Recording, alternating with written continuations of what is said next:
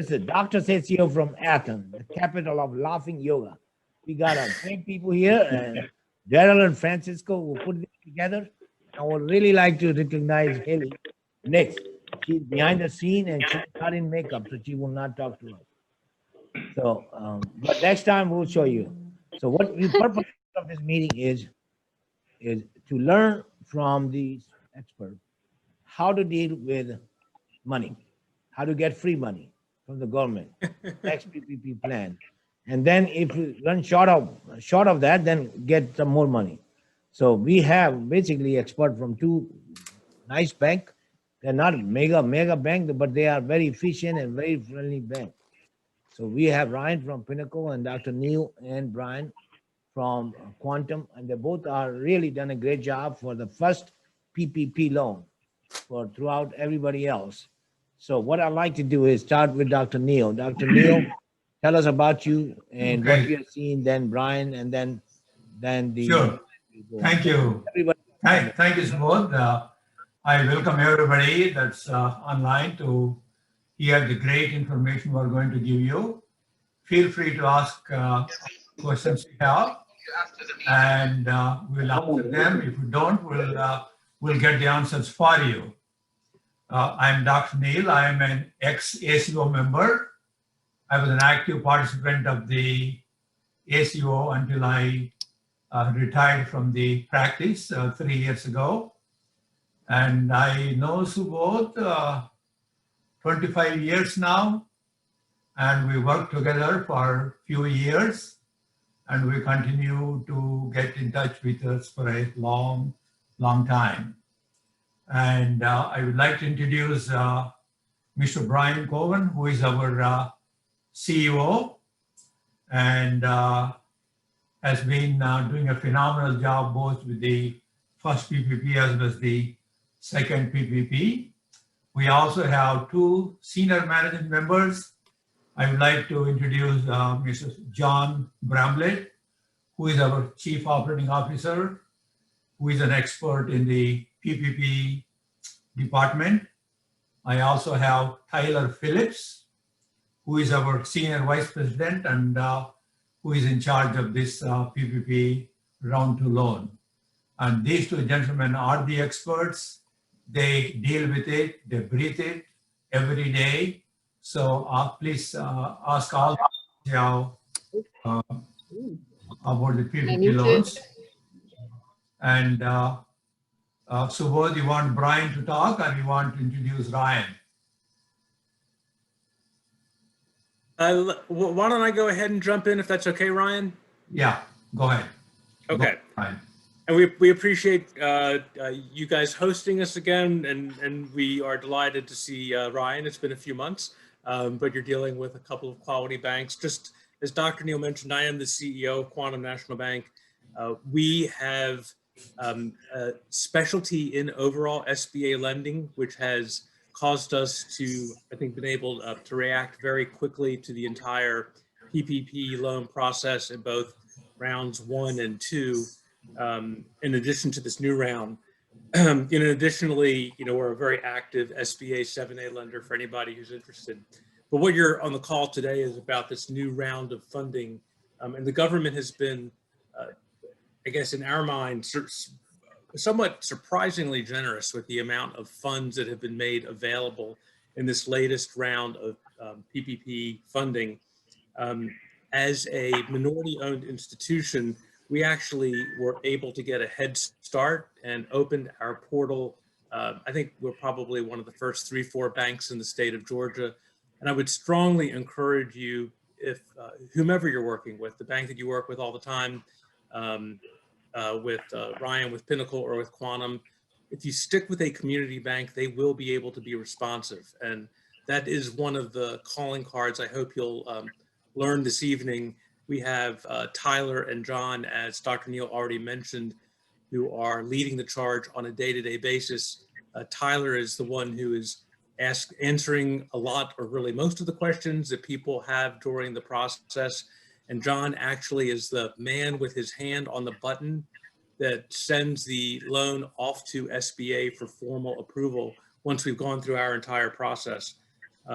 Because we opened a little bit earlier, we already have some pretty good experience about how the process works. We have it, I'm looking at my other screen, 37 fully approved SBA loans. We first have to approve them, then they go to SBA, then SBA sends back an approval notice.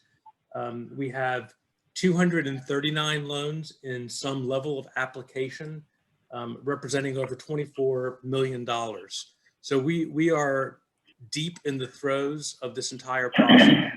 You know, one thing I would try to remind everybody is, as opposed to before, where there was this mad dash to get money and get a number, it appears that SBA has funded this program more generously. So there is not, at least from everything we've been told, the intensity to get it in and get an approval right away. However, the reality of some of those old sayings are true, and you know, the early bird does get the worm. So we're trying to make sure that all of our early birds are getting the full attention that they clearly deserve. I'm going to ask from that, Tyler, if you could maybe go through how our process works, and maybe after you're finished in the chat, if you could put in the email address and phone number. And then after you're finished, John, if you could do a quick update on the end of the process and making sure that people understand things that we might be looking at uniquely. And then it's all about Ryan and Pinnacle and any questions we might be able to answer. Thank you. Tyler.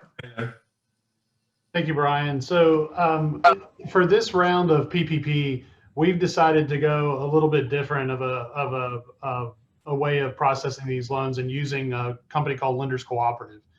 So we're doing it through a link in which we can send to folks in order to apply for their new round of PPP. That process seems to be working very, very smoothly. A lot of feedback that we're getting is that it's easy to follow through where to put certain information, and is whether or not you obtained your PPP loan from another institution or not, you can still use any bank that you want to for PPP round 2. One of the things that we are doing is we're uploading. Last time, some of the challenges were that the information that you were providing had some secure information.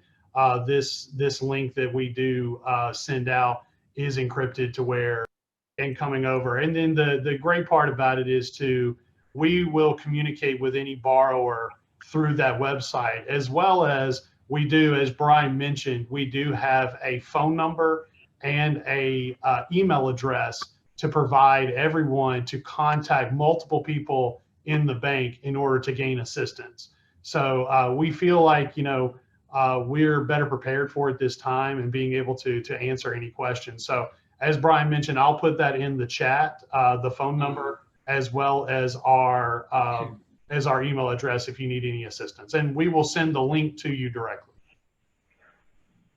Thank you, Tyler. John, you want to say a few words?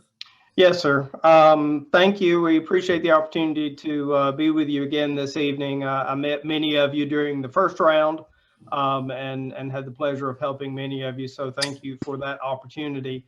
This round is a little bit different. As Tyler said, we're a little bit more automated, but we still have the opportunity to talk to you all the way through the process and help you and assist you through that. So we're willing and able to do that all the way through. The biggest piece to remember in this second round is you need to be able to show and demonstrate that your receipts or sales are down 25%. Now you can pick either 25% down in any one quarter from 2019 to 2020, or you can show that you're down 25% the entire year from 2019 to 2020. So being able to demonstrate that, you pick the specific quarter. So if you want to pick quarter 2 of 2019 and compare that to quarter 2 of 2020, or any other quarter in there, but it does have to be the calendar quarter. If the specific quarters don't work, but the full year works for you to show that your sales or income or receipts, as the SBA calls it in the documentation, if you can show that that's down 25% year to year or quarter to quarter, you are eligible and should apply for this next round. It is still 2.5 times the payroll out there. So it's that annual payroll divided by 12 and multiplied that times 2.5 gets you what the number that you're eligible for on that. The SBA is approaching it a little bit different this time as well. Whereas we basically got approval almost instantaneously from the SBA the last time. The SBA is saying they could take up to 48 hours to approve that. So you may have a little bit slower response in the final approval from SBA. And then the SBA requires us to fund a loan to you within 10 days after that approval. So just like you saw the last time, once everybody kind of hits a rhythm with that, it goes a little smoother, but expect it to be just a little bit slower in the beginning because SBA is doing some other checks to avoid fraud and to make sure that all the criteria is met in the process. So just know that's out there as well. So Tyler, John, you might want to mention also or go over the fact that just because we send it to SBA does not necessarily mean it'll immediately get kicked back within 48 hours. They have brand new processes in place. They're working kinks out of their software system. So we are finding some things that are getting kicked back. Sometimes we understand why, sometimes we have no clue why. Right. So things will get smoother, but if you kind of stick with us and communicate with our concierge team, we'll stay on top of it for you. Sorry for jumping in. And that's the whole piece is being able to talk to someone and call someone or email someone and have that constant communication. But we do, it is, as Brian said, it's a little bit slower in the beginning, especially since SBA has put this other criteria in place this time to work through that. So just know that going into the process as well. Great. So let me tell you, Ryan Hammock, come on up. Let me tell you, between these two banks, a lot of people who did not get first PPP bank from a large bank, and even from out of state, people came for help, and then both of these banks helped them out. So Ryan, you told me you already applied 50 applications. Tell us about your experience and how fast we can do it. Sure. So I'll echo a lot of the things and reinforce a number of the things that Dr. Neal, Brian, John, and Tyler also mentioned. The largest thing is something that Brian said is work with your community banks. You're going to get better response. And of course, we're partial since we are community banks, but we live in the community, we're here, and your success is important to us. So with my bank, with Pinnacle Bank, we're based in Northeast Georgia. We have locations throughout Northeast Georgia. And I think this is the third time that I've joined one of these PPP calls and have talked with a number of you on the call. With this second round, or the PPP2 process, similar to other banks, we're still accepting applications for the first PPP program or for the second PPP program. If you did not get your first PPP loan when the program was originally opened, we can still process that application depending on your payroll, depending on how quickly you are able to use those funds. It is theoretically possible to go through a PPP1 loan now, and then once those monies are exhausted, then apply for a PPP2 loan, so long as you're able to prove the revenue decline that John was mentioning earlier. Similar to what Quantum Bank is doing, Pinnacle Bank, we are also using an online platform, although through a different fintech partner. We're using it through Abrigo. For those of you that worked with us through the first PPP process, that's the same group that we use for our forgiveness portal. So we have a link on our website, on our homepage. When you click the link, you're able to create a username and login. Username and password, you're able to then input your PPP application. You're able to securely upload that profit and loss statement that compares, say, Q2, so April, May, and June of 2020 against Q2 of 2019, to be able to show that there was that 25% revenue reduction. Once that application is submitted over to us, it's going to a team of people within Pinnacle that are dedicated to working these new PPP loans. Once it goes to that team, it will be assigned to an individual that will hold your hand through the rest of the process. We did begin submitting our PPP loans for approval to the SBA yesterday, and also similar to what John with Quantum Bank mentioned, we are seeing a little longer time period for the SBA to approve those. They did say it could take up to 48 hours. So we do expect it to continue to move quickly through the rest of the week. Also, I'd like to reinforce something that some of the others mentioned is we, based on the guidance from the SBA, do not see these monies running out nearly as quickly as the very first round of PPP monies did. We do expect this to, we do expect a good number of applications. So far through today, we've received over 200 PPP loan applications, whereas through the first PPP process, Pinnacle Bank processed roughly 1,100 PPP loans. So we do see good volume on it, although do not see the dollars coming out that we saw the first go around. I'll pause for just a moment. I did see a couple of questions out here in the chat box. One of them, it looks like Tyler addressed, and there was a question about what if you're just a little short of the 25% decrease? That is a firm line in the sand from the SBA. I have not seen guidance on if it is specific to cash-based accounting or accrual-based accounting. That may be a question to check with your accountant or your CPA on to see if that makes a difference for your unique situation. But I have not seen anything, and if Brian or the Quantum team have seen something, definitely would love to hear that from them. And then, let me ask a question from audience. Is anybody, any of you from 64 did not get first PPP loan?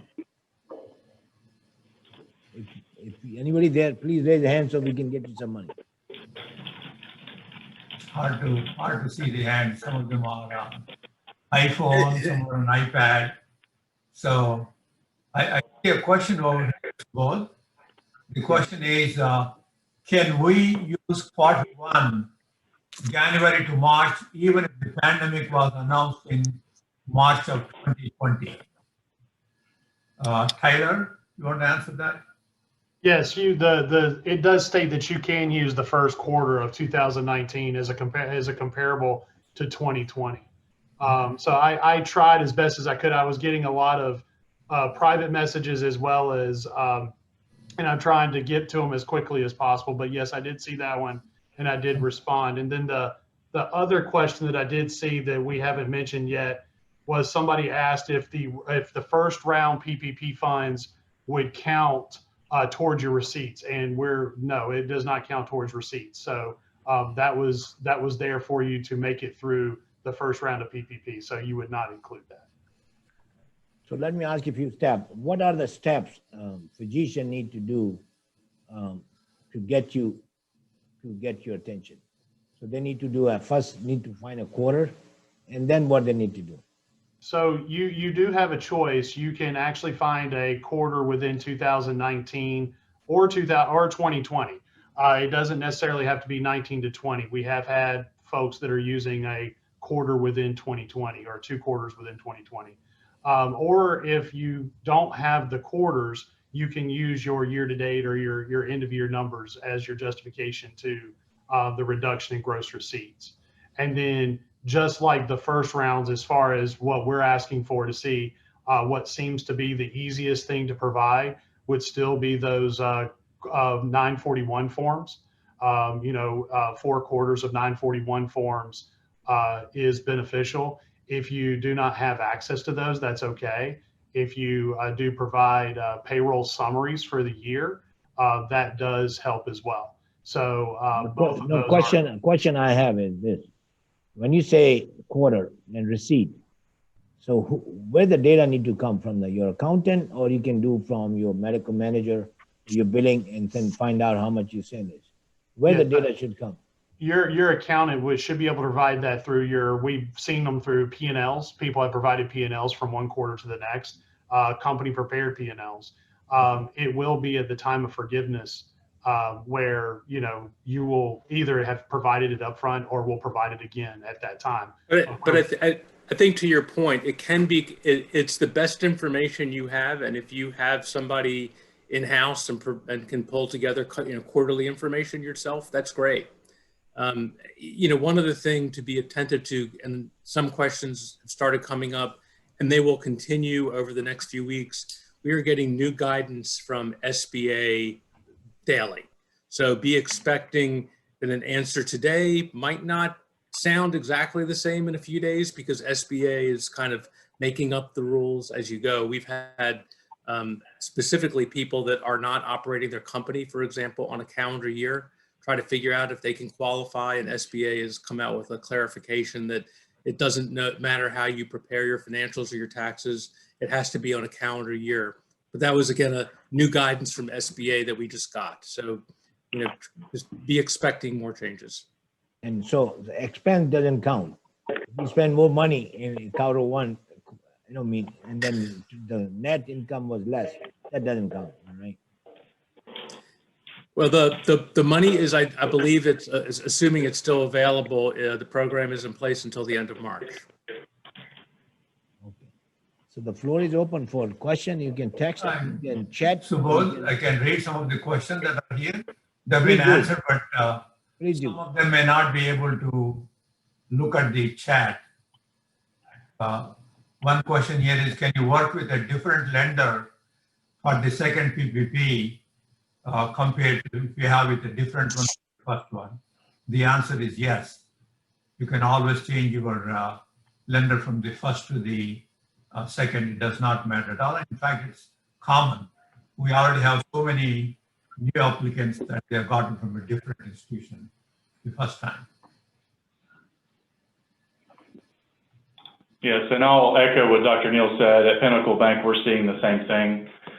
People that had challenges with their big banks in getting their PPP loans processed the first time, or where they just missed because it didn't get processed quick enough. We've been able to come in and help with this second round. Dr. Shaw had this question. Go and read that question. Yeah. Mind, Can we use any quarters between 2019 and 2020? For example, we use January, March of 2019 compared to April, June of 2020. Any of you can answer. Tyler, John? The answer would be yes, as long as they're two comparable quarters. 2019 can be compared to 2020. If I'm trying to read that. The question is, the question is, for example, January and March of 2019, meaning the first quarter of 2019, can be compared to second quarter of 2020. To my knowledge, To my understanding, it has to be the same quarter. yes, Comparable that's quarter, right. yeah, same comparable quarter. Yeah, It's you can- right. That'd be By Q2 2020 versus Q2 2019. that's right. Yes, it's that I would use the term the same quarter. same quarter. Same quarter, correct. So is there anybody here who already applied for PPP2? Yeah, No. unmotivated. Let's we're gonna do that tomorrow, or maybe day after tomorrow. Okay, very good. Yeah. I just, Dr. Agrawal, saw another question. Can we compare quarters within 2020, for example, Q1 2020 to Q2 2020? To my understanding, no. It would have to be, if you were to look at Q1 2020, you would have to compare that against Q1 2019. And then if you were looking at Q2 2020, you would have to compare that against Q2 of 2019.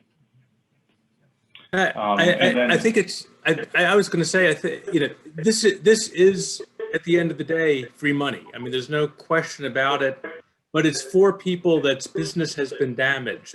And, I just want everybody to have a realistic perspective. Not all the people that Quantum made a loan to through the PPP program earlier in 2020 qualify for this program. You know, a lot of people maybe had a 20% declination, and if you did not meet that 25% threshold, which is ironclad, you know, you may not qualify, and it's just a a fact. We are seeing a number of people that don't.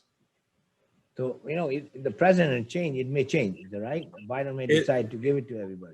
I think the answer to that question is it's going to depend on if the money's moving through the system.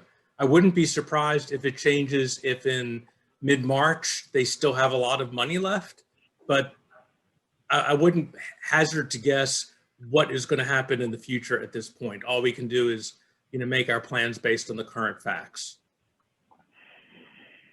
Okay.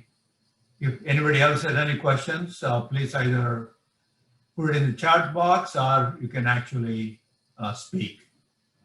Hello. Yes, go ahead. Chair, this is Dr. Bashir. I have put in my question.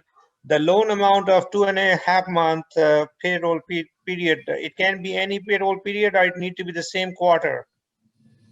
It needs to be an average of the payroll. So it's the 12-month average payroll is what the multiplier times 2.5 times is. So it's not a specific month, it's the average, the annual average payroll. Okay, thank you very much.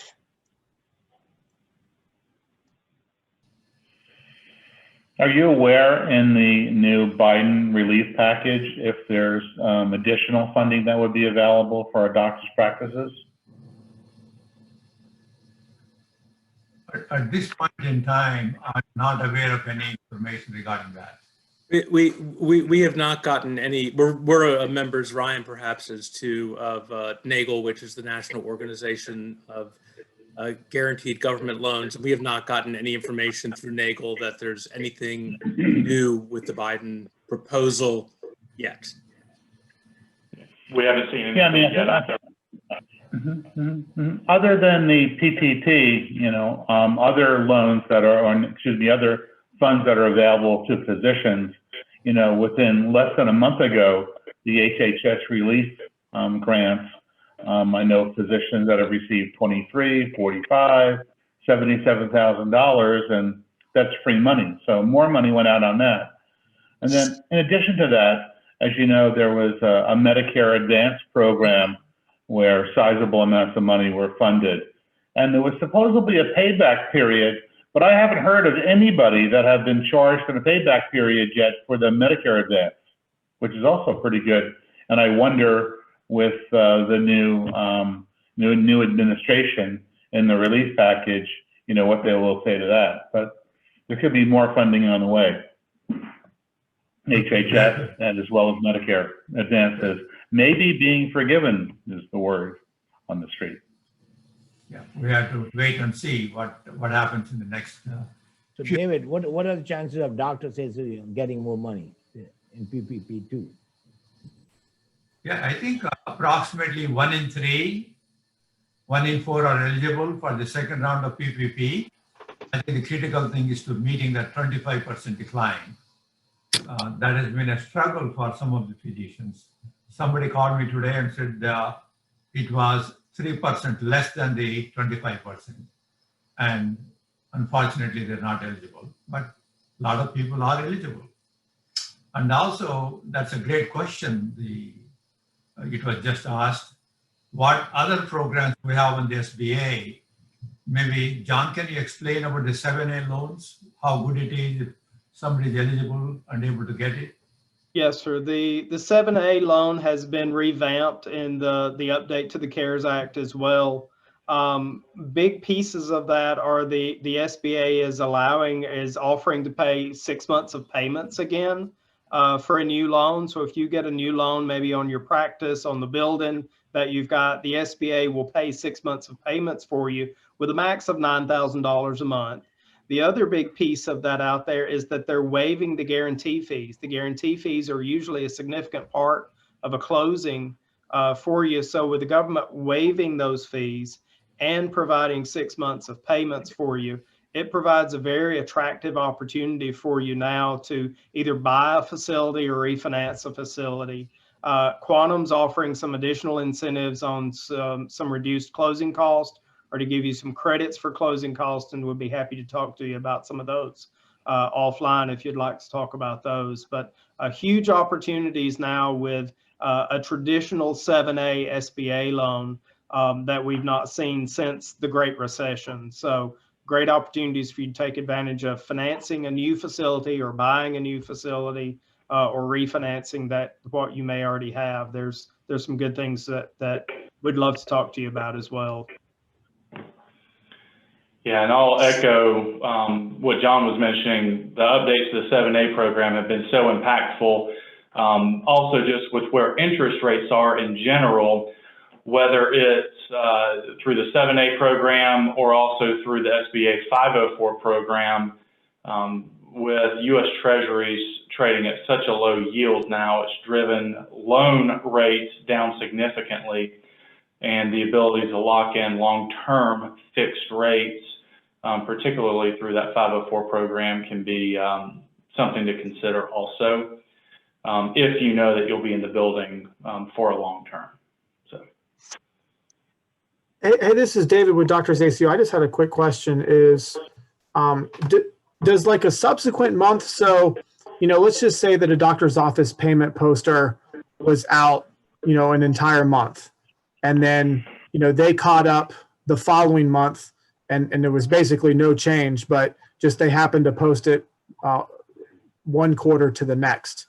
Do you see any issue, even though the net total for the year would still be equal, that if you compare quarter to quarter, it looks like less revenue? Any issue with that meeting criteria on PPP too?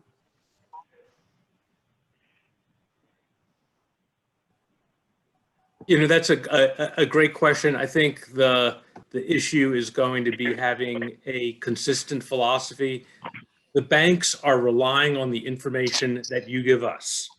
And if you're using a accrual basis or a cash basis, we're using your information. This is not something where we're going back and, double checking everything. So I think that's probably, at least for us, the most appropriate answer. In other words, we rely on your information, what you give us. We're not going to second guess or come back and ask you. We're not going to audit you. However, in forgiveness, if you happen to be one of those lucky people that SBA chooses to audit, they could.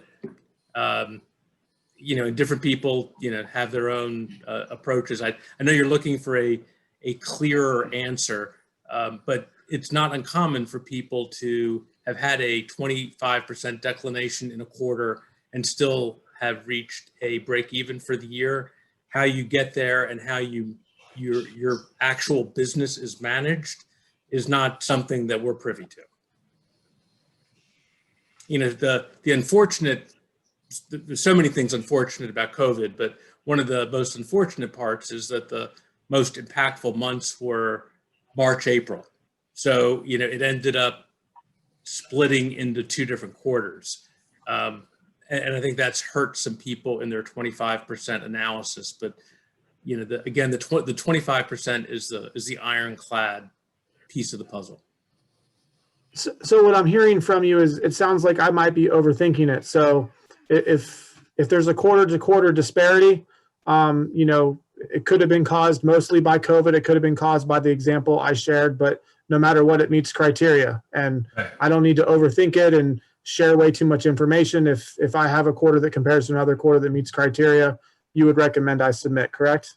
Let me answer that a different way. Let's, some offices just chose to close for a month or 2 months. So somebody might have decided to go to their relatives in Australia for a month. SBA, nor we are keeping up with what the reason was for the revenue change. Okay. I think that's a good thing. Any other questions? Otherwise,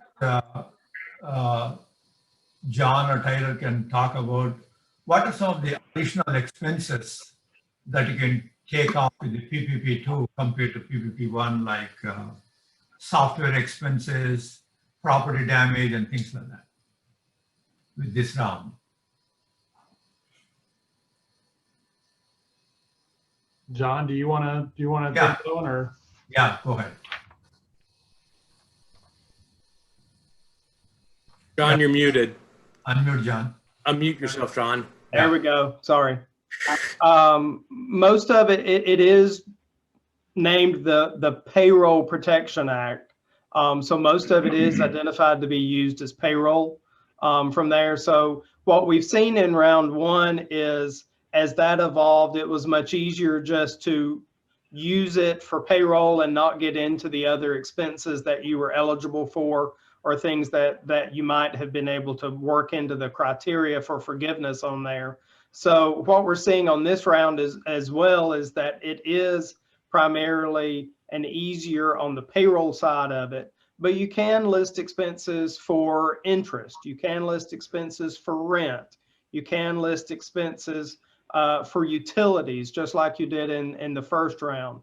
But I would encourage each of you that it is much simpler if you can show it for payroll and use it for payroll expenses and prove that out there. I will mention one other thing while I'm talking as well. Part of the new update that came out in the last day or so is that the SBA has again made it easier for the forgiveness side on round one. Now there is a simple 2-page affidavit to fill out for loans under $150,000 that you received in round one. 150 seems to be a number to where it seems a much simpler process now for forgiveness, as well as the new loans in the second round out there. So if your loan's under $150,000 and you've not submitted for forgiveness with whatever bank did your first round PPP loan, there is a very simple process that you don't have to submit any documentation for. You have to keep it in case you get an audit, or you have to have that information together in one centralized place, or you should. But there is a very simple process for that forgiveness piece out there. And it is a more simplified process on the approval side for those under $150,000 going forward as well.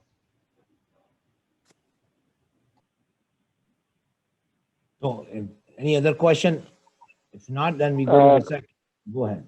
Hi, Dr. Desai here. Hello. Yes. Go ahead. Hello. Yes. You can hear me? Yes, you can. Go ahead. Hey, this is Dr. Desai. I want to know, first PPP payment considered as income or no? First, people don't consider Payment I income. received is considered as income? I think they answered that question, no. No, it's Right. not considered income or in the total receipt, total income or total receipt calculation. So we don't have to show as income, correct? Okay, That's thank correct. you. So, with this, Can I ask a question? sure, please do. Yes. Hi, we got our payroll protect first round through Wells Fargo. And they have not yet, I've been following up with them, and they have not been yet sent out the email for us to submit the paperwork for forgiveness. So what you said just a little while ago about that you can submit that 2-page affidavit, does that mean that we don't actually have to wait for Wells Fargo to actually forward us the email for us to start the process for forgiveness? Okay. The form is available online at sba.gov, but the Wells Fargo may have you submit it in a different format. They may send it to you in an electronic format through their, they may have a different forgiveness portal to do that as well. The form just came out today as well, so it may take a few days to get that updated form out to the world. We hope to be submitting that soon. We've not been able to get that new form out yet either. There is the old way still, the prior way that with the prior forms, but it requires much more documentation than what is required now. So it's a much easier process going forward. So I would suggest, if you don't hear something in the next few days, to contact who your contact was at Wells Fargo and see what you can with that. But yes, there is a simpler way coming. So let me ask you a question.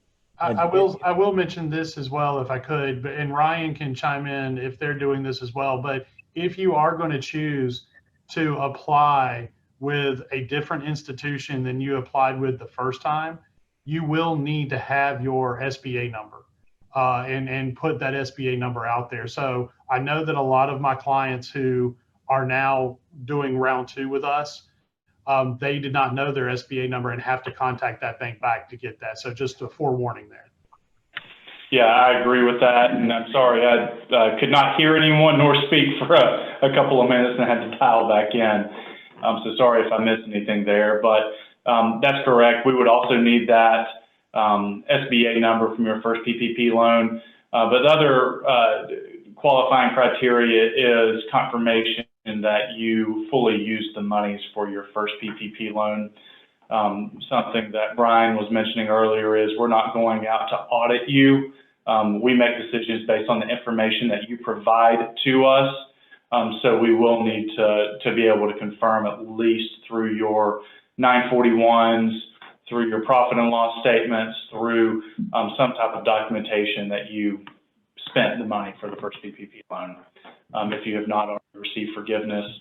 And if you have not applied for forgiveness yet, I definitely encourage you to proceed with that.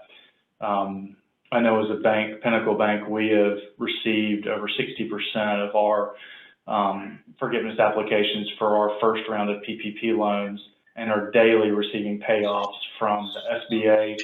That process has been very smooth so far, and we expect it to continue to go that way. So we definitely encourage you to go ahead and proceed. So with let that. me tell you, there is a problem. There is a problem of forgiveness. Some of the bank, forgotten, like what Sally said. Can she go to another bank for forgiveness, or she has to go to Wells Fargo? You have to go through the first where you applied. Correct. She would have to go to where she applied. Now, if she applies for a second PPP loan, she can go to another bank, but she has to apply for forgiveness with whomever she received the PPP funds from. Yeah, and that's the problem with Wells Fargo. Like I've been chasing them up since October, and they basically they incorrectly sent out an email to everybody back in December that they then recanted. And basically, when I carried on making phone calls, because what I didn't want to be was be in default, and they basically said that they were only starting to send out their forgiveness emails in January, and basically to enjoy Christmas, and I probably wouldn't hear until later on in January into February. I swear not. I was sweating bullets and completely like stressed to the max because nobody was getting, and I got the runaround even to get that answer. Yeah. It was horrendous. Unfortunately, you're not alone. You have plenty of company with Yeah. Yes. Bank of America. So do we know the last date to apply for forgiveness? There's not a deadline to apply for forgiveness. The kicker is going to be that payments start 1 year after you received the PPP funds. So none of the banks can move that date out there. Only the SBA or an act of Congress can move that at this point, but there's no deadline to apply. But if you don't apply, you will start having payments that begin 1 year after you received approval on your first PPP loan. So that will start happening. The challenge is that a bank can have up to 60 days to review the application, and then the SBA has up to 90 days to act on it when they get it. So it could be a 5-month process in getting that done. If you received your funds in April of last year and you've not started a forgiveness process now, you could start having to make payments first before that happens. So we're in that gray period right now of if you can apply for forgiveness, you need to apply if you've not already, just like Ryan said. So go ahead. And I think that also is part of this, and I hate to hear of that experience with Wells Fargo. That's definitely not easy, particularly being told to just wait through the holidays and you'll get it sometime in January. But I do think that unfortunately echoes something that we talked about earlier in the call. Work with your community banks. We are, most of us are on top of it. I know Pinnacle Bank is, I know Quantum Bank is, and we're all responsive and have people to help hold your hand all the way through forgiveness. I got one more question. This is Dr. Bashir. The question is, my first loan was from a different bank, like Bank of America. I submitted the application for forgiveness, but I have not seen any response, even more than 6 weeks. So if I go to a different bank this time, only different thing I need is just the SBA loan number. Or it's going to be more complex to go to Quantum this time versus Bank of America? As far as the forgiveness is concerned, you still need to go through your first institution. But as long as you have the SBA number of the first loan, we'll be glad to help you with the second loan. Okay, thank you. So this is great information, forgiveness, within a year, then they're going to start asking for money. So at least you apply for forgiveness. And if you have not done it, you need to ask for help, banker to help you get it done. I think that last 10 or 15% that have not been forgiven will suddenly ask for forgiveness once the 1 year happens and they need to start making payments. It's important information. So that's great. Thank you, Dr. Neil, Dr. Ryan, and Phillips and John. You've been great, and we will keep calling you back and tell us about when the new thing comes up. So this starts the next portion, and I will not take too long to talk about it. And David, you can tell me a little bit about this, and Luke, you can help us. So our story is we are part of Doctors ACO is part of extra shoot of Palm Beach ACO. Palm Beach ACO has been successful, and now they are able to create a Medicare Advantage plan, which is owned by physicians. And this year was the first year. And just imagine a physician owning the insurance company. So you have your patient, the insurance company. So there are a lot of middlemen is gone, and you can saving can be passed to the patient as well to yourself. So, David, can you give us a little bit update from Palm Beach? Tell us what we want.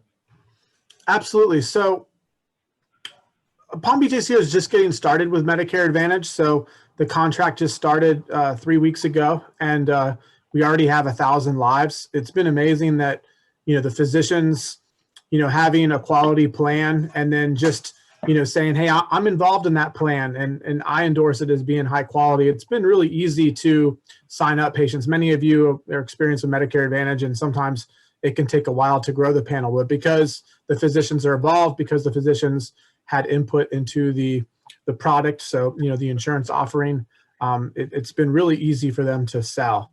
And what's amazing is, the hospitals, they bully us just like everyone else. And, when the hospitals know that the ACO has a health plan, they look at us differently, and they ask to be credentialed, and they say, hey, how is this going to help our revenue with the plan? And it's really kind of painted a stronger picture for the physicians in our area. And I think it's going to benefit in a lot of ways. What we look forward to sharing with you is the health plan was majority physician funded. So we look forward to sharing with you the first appraisal. So the doctors that put up $50,000 and they get an appraisal that the value of the company is now $500,000. That's where we're going to look to share with you and then motivate you to bring that opportunity to Georgia. The ball is in your court. Dr. Hansen was very clear on this, is you need to grow in order to make the Medicare Advantage plan possible. Palm Beach ACO has 5 counties, and we only have Medicare Advantage in 1. So we basically struck out in 4 other counties, and we're only able to build that critical mass in 1. But if you're able to build that critical mass, you may find that increases your stature, it increases your independence, and then it can build some wealth for you as Medicare Advantage plans are worth a lot of money. So more to come, but you're going to need to recruit, maybe one physician each. So if you know a PCP or two, you're going to have to bring them to the ACO, and each of you will probably have to invest, $25,000, $35,000 each in order to bring the plan. But hopefully you'll see the value, and hopefully you'll be motivated to do that. But the ball will be in your court. So based on, I'm convinced that this is the way to control your destiny. A physician need to take over the healthcare system. And this is the easier way to go through the Medicare Advantage plan. And then once you're successful, then you can go to commercial plan. So what I've done is my charge is to talk to all of your physicians in Georgia and think seriously about this, that how long are we going to, let the hospital run? If we create our own insurance company, which is basically going to be a better company than any other company. So I have sent the invitation and basically ask you 3 questions. Do you want to participate? Do you want to invest?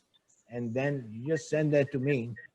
And based on that, we will continue campaign to get more physicians in this plan. So once we have critical mass, then we invite Dr. Hansen to tell us that what we need to be done. So please help me. Basically, it's a time-sensitive issue.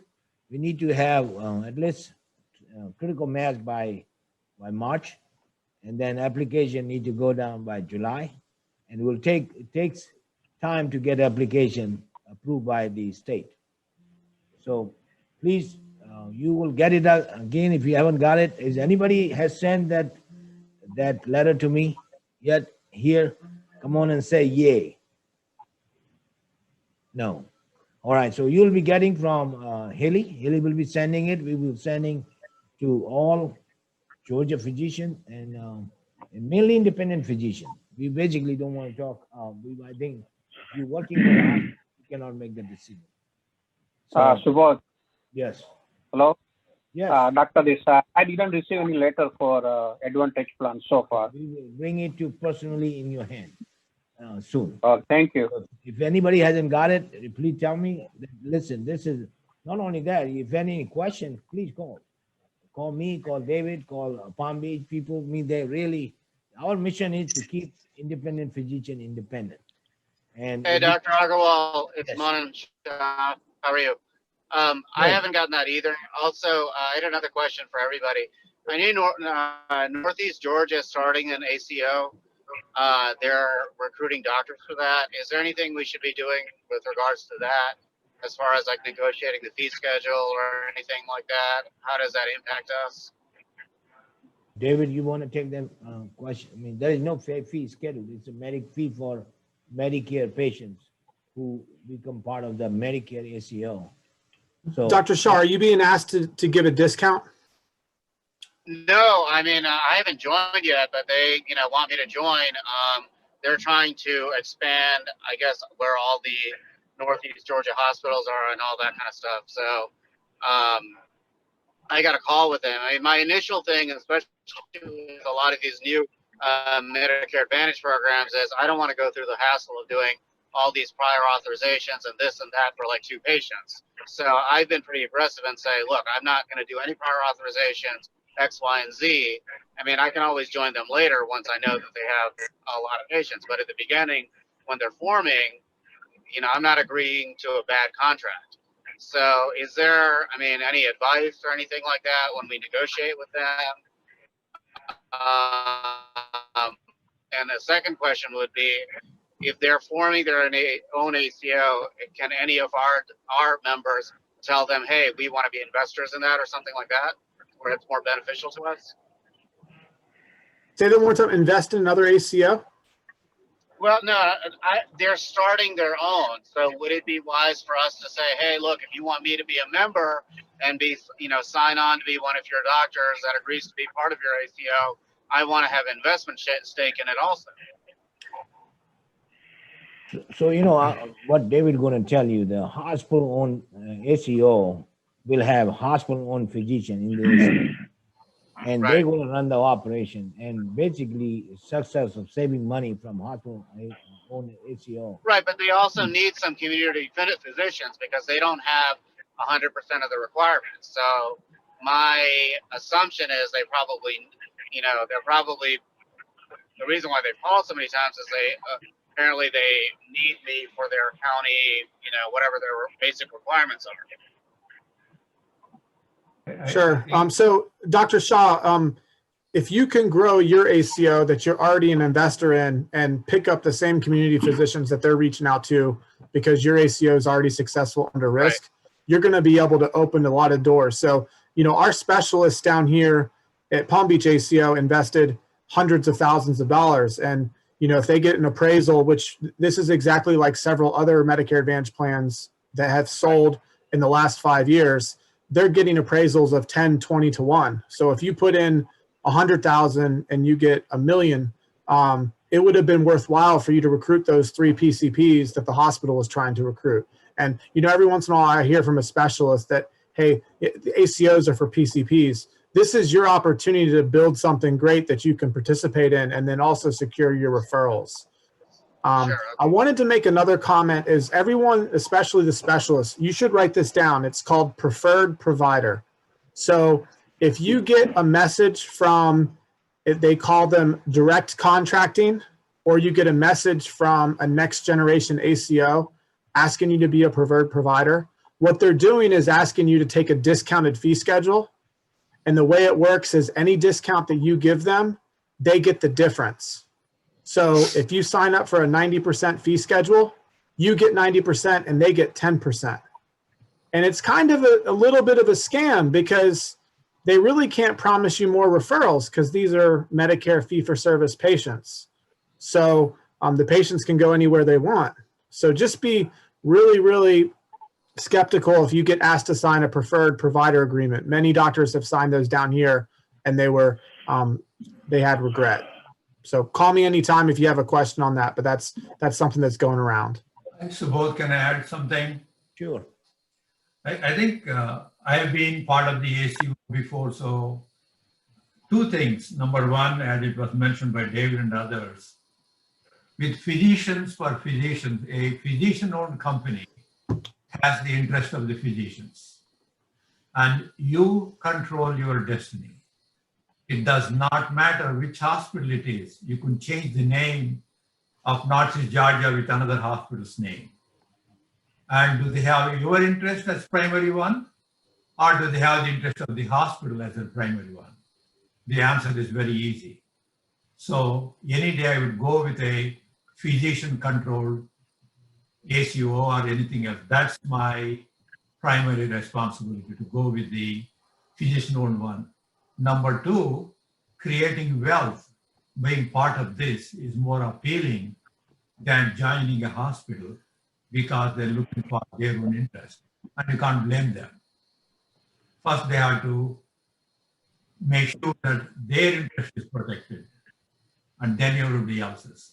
With this, your interest, I think that's the comment I have. So you're right about that. Dr. Arthur Ransom said that we physicians create wealth for insurance company. We create wealth for diagnostic lab. We create wealth for the hospital.